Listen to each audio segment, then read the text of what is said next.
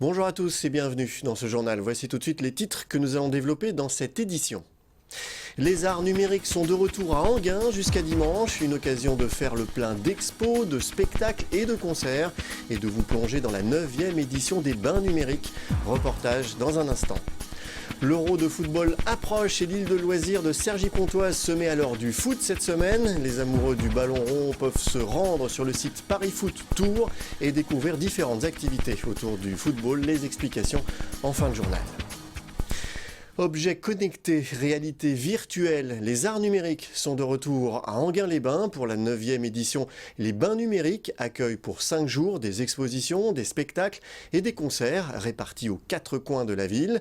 Et bonus, cette année, l'arrivée de la fabrique numérique qui accueille les projets d'artistes, d'universités et d'entreprises renommées en France et à l'international. Philippe Pémal. Un livre qui se transforme en une animation 3D, un périscope dans un jardin pour des jeux d'ondes et de miroirs, la ville d'Enghien-les-Bains revêt ses habits de lumière et d'illusionniste pour sa 9e édition des bains numériques. Jusqu'à dimanche, des expositions, des spectacles, des concerts autour des arts numériques. Cette nouvelle édition, 9e édition des bains numériques, est une biennale internationale des arts numériques. Eh bien, nous sommes dans une programmation protéiforme avec des spectacles vivants, avec plus de 40 artistes, avec 3 expositions, un parcours d'installation, 20 installations dans la ville, c'est-à-dire que nous sommes à l'échelle de la ville pour voir un ensemble d'expositions sur les arts numériques. Et puis, une nouveauté cette année, la fabrique numérique. La fabrique numérique, c'est la convergence à la fois de l'innovation et de la création. C'est-à-dire que nous avons à la fois l'innovation technologique et en même temps la création, la rencontre entre des artistes, des scientifiques, des chercheurs et des startups. Située au premier étage du Spark des Thermes d'Enghien, cette fabrique numérique accueille sur 700 m² une vingtaine d'exposants. Au croisement des arts et de la technologie, on y trouve des objets connectés, de la réalité virtuelle ou augmentée ou de la robotique. Un foisonnement de projets créés par des artistes, des universités ou des entreprises renommées.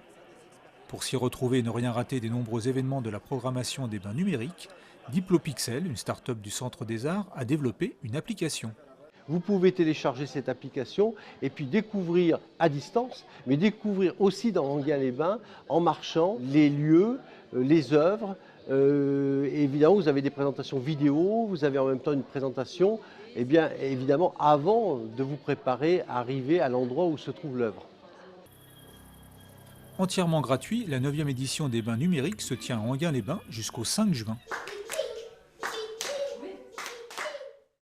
Et puis à noter que 2 concerts électro auront lieu samedi soir, le premier dans le Jardin des Roses et le deuxième sur la grande scène flottante installée sur le lac d'Enghien avec notamment le binôme belge Too Many DJs.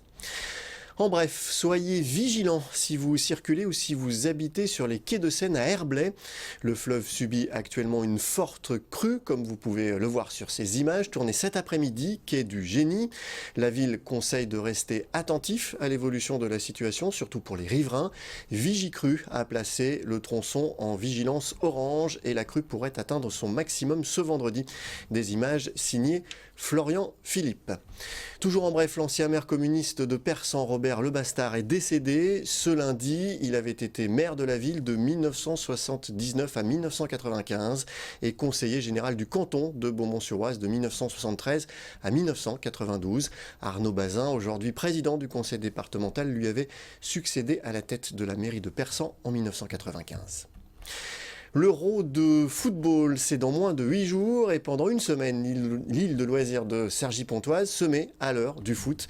Les amoureux du ballon rond peuvent se rendre sur le site Paris Foot Tour et découvrir différentes activités autour du football comme le tennis ballon, le ping-pong foot ou bien le billard foot. C'est jusqu'à ce dimanche et c'est gratuit. Julien Bortouzo. L'île de loisirs de Cergy devient temple du football. Cette semaine, à l'approche de l'Euro, elle accueille le Paris Foot Tour 2016. Organisé par la ville de Paris, il s'agit d'un parc itinérant de 1000 m² dédié au foot et ses dérivés, comme le tennis ballon. Le but, c'est comme au tennis. Vous envoyez la balle, elle fait un rebond et vous devez relancer la balle. Ok, c'est parti, balle à vous. Allez. Vous avez 3 minutes 30. pense que le public, notamment les jeunes et tous les amoureux du football, sont impatients de voir arriver cette compétition et ça les met un peu, j'allais dire en jambes, non, ça les met un peu dans la situation et dans la dynamique que tous les Français espèrent pour soutenir l'équipe de France. Et donc je pense que c'est effectivement tout à fait adapté à la période. C'est en plus la fin de l'année scolaire, donc les écoles, les centres de loisirs commencent à utiliser un peu plus le plein air pour leurs activités et c'est donc tout à fait approprié. Sur le site, des enfants de centres de loisirs ou de clubs de football s'essayent aux différentes activités. Cela va du baby-foot au 2 contre 2 en passant par FIFA 16 sur console. Mais aussi moins connu, le ping-pong foot et même le billard foot. Toutes ces activités sont à découvrir gratuitement jusqu'à dimanche. Le Paris Foot Tour posera ensuite ses filets à Montparnasse. Voilà, ce journal est terminé. Je vous en rappelle le principal titre. Les arts numériques sont de retour à Enghien jusqu'à dimanche. Une occasion de faire le plein d'expos, de spectacles et de concerts et de vous plonger dans la 9e édition des Bains numériques. Toutes les infos pratiques sont à retrouver sur notre site vonews.fr.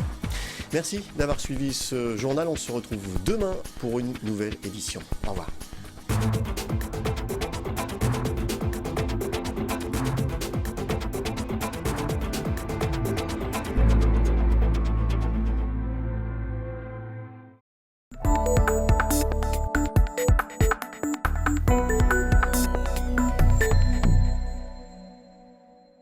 Un homme vient de tomber dans une fosse d'une hauteur de 7 mètres. Les pompiers de Garges-les-Gonesse sont les premiers sur place. L'ouvrier, il est conscient. D'accord ? On zappe pour l'instant. Ouais. Dispositif classique, l'eau de sauvetage. Problème, ils ne sont pas équipés pour remonter le blessé dans de bonnes conditions de sécurité.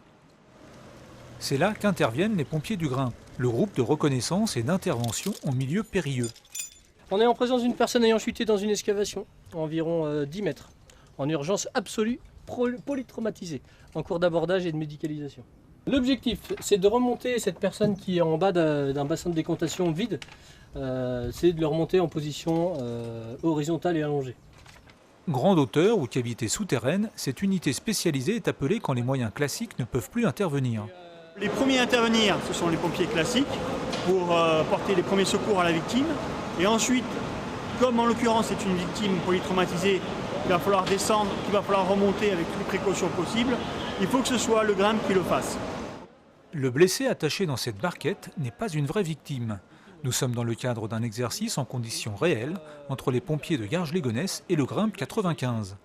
But de la manœuvre, apprendre à travailler ensemble et éviter les éventuelles rivalités entre services classiques et spécialisés.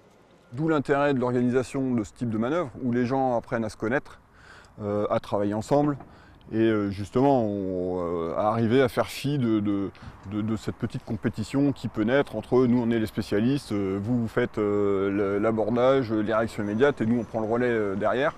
On a vu que en fait, ils arrivaient à travailler de concert dans l'intérêt de la victime. On vérifie l'ensemble du dispositif. Pour le Grimpe, ces exercices sont importants. Dans le Val d'Oise, ces pompiers d'élite n'effectuent qu'une quarantaine d'interventions par an. Il est donc important pour eux de s'entraîner toute l'année. Pour intégrer cette unité spécialisée, ses membres ont été sélectionnés après de nombreux stages et des tests d'aptitude au travail à grande hauteur et dans des souterrains.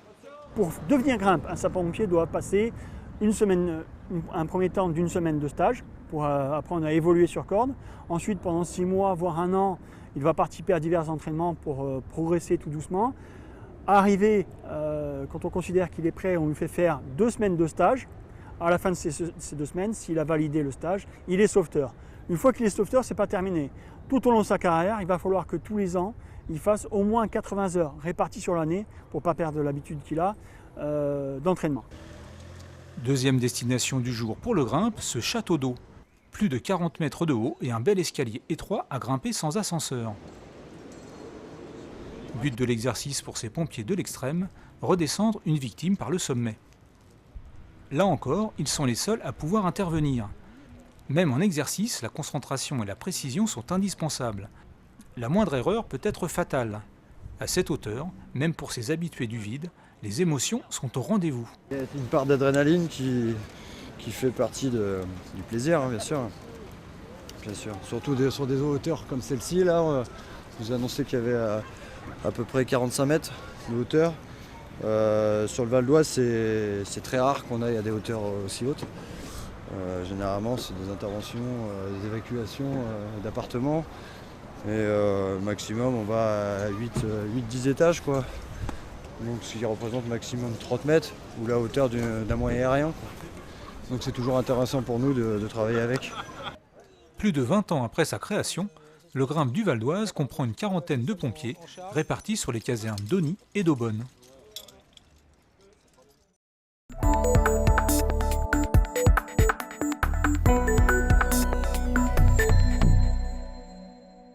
Et le passo doble, c'est très carré, hein, donc c'est pour ça qu'on compte. 1, 2, 3, 4. Pour Aurélie et Sylvain, le passo doble n'a plus de secret. Ils maîtrisent cette danse pour une bonne raison. Ils sont champions du monde de danse latine 2015 dans la catégorie amateur des plus de 30 ans. Pour gagner cette compétition, ils ont obtenu la meilleure moyenne sur les 5 danses du concours, le passo doble, la samba, le cha-cha-cha, la rumba et le jive. Pour arriver à un tel niveau, les rôles de chacun sont bien précis. Mon rôle, c'est le guidage, le tempo et la mettre en valeur. Quand je lui transmets un message, il faut qu'elle arrive à le passer juste dans les doigts et la paume de la main pour qu'elle, derrière, elle se sublime. C'est ça, moi il va falloir que je réceptionne son information, ce qu'il va pouvoir m'apporter, il va falloir que je m'en serve et que je m'étire à mon maximum et comme il dit, me sublimer au maximum de façon à ce qu'on puisse avoir une figure bien terminée, lui qui l'a envoyé, moi qui l'ai terminé. 1, 2, là je lâche et hop, là on récupère. Et là on va monter tous les deux ensemble, vraiment pour se reconnecter. Aurélie et Sylvain ne sont pas qu'un couple sur scène, ils le sont aussi dans la vie. Une histoire qui commence il y a bien longtemps. Aurélie découvre la danse à 12 ans, Sylvain à 14. Les deux tourtereaux se rencontrent un peu plus tard sur une piste de danse. Ils enchaînent les compétitions, mais au bout de quelques années, ils vont être amenés à faire un véritable choix de vie. C'est un sport qui coûte très cher, il faut le savoir que les tenues sont très chères, les chaussures sont très chères. Un loisir effectivement qui est une passion, mais bon, il faut pouvoir assumer financièrement.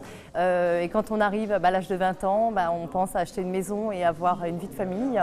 Et à ce moment-là, on n'a pas eu le choix que d'arrêter ce sport-là. Et durant 14 ans, on a arrêté de danser. Et puis le fait que la maman de Sylvain avait ouvert son école de danse, on avait une salle de disponible pour pouvoir s'entraîner, effectivement, nous a remis sur la route des compétitions. On le refait une fois. Ce titre de champion du monde, c'est avant tout une histoire de famille. Le couple s'entraîne ici, à Mours, dans l'école de danse de Nadia, la maman de Sylvain. Quant à leur entraîneur, c'est Patrick, leur beau-père. Un partenariat familial qui les a amenés au titre de champion. Je suis dans la tente et c'est lui qui va me donner le mouvement pour repartir. En fait, c'est ça l'image. D'accord ? Et la première des choses, ça a été surtout de les canaliser sur le plan physique, qui a été quand même un travail relativement, je veux dire, pas long, mais quelque part assez difficile, dans le fait que moi je considère que la danse, c'est surtout du physique et ensuite de la danse. Donc il a fallu, je veux dire, aborder des sujets de training et surtout de cardio, qui est important pour effectivement les emmener à pouvoir s'entraîner plus longtemps, parce que c'est ce qui est important.